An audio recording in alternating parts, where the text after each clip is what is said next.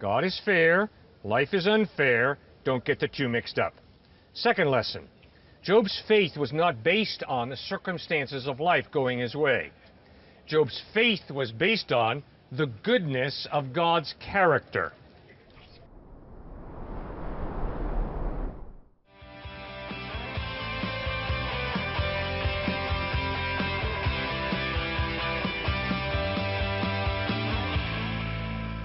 If it's about truth then why would God create kind of mental conditions like schizophrenia, for example, that distorts the truth, where it's actually, like, I guess, biologically impossible to know and tell the difference between reality and not reality? Good.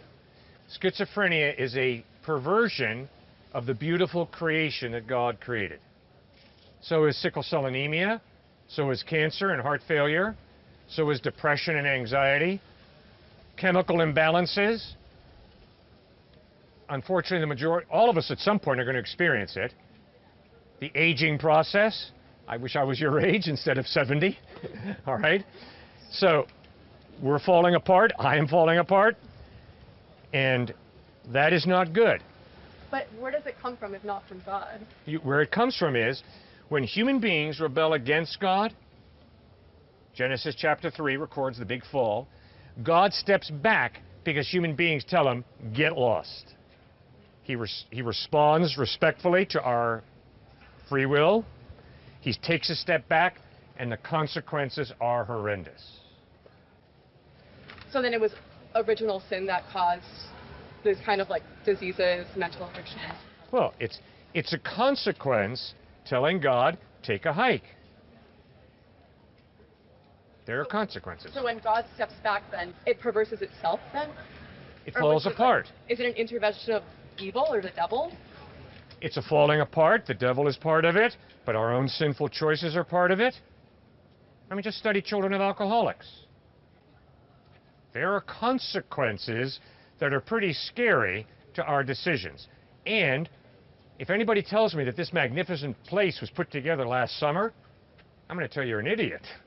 No, a lot of people sacrificed over a long period of time and put this magnificent university together. So there are consequences to our free decisions. And guess what, ma'am? A woman just walked up who's my best friend. She's my wife. Hey, Sharon, come here, would you?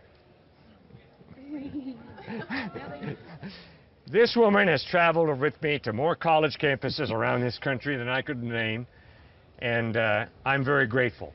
But we have a nephew who was born with spina bifida and who's not probably going to live much longer. And I can promise you, that is not God punishing anybody. It's a result of our nephew being born into a cursed, unfair, messed up world where there are genetic disorder, chemical imbalances, weird diseases.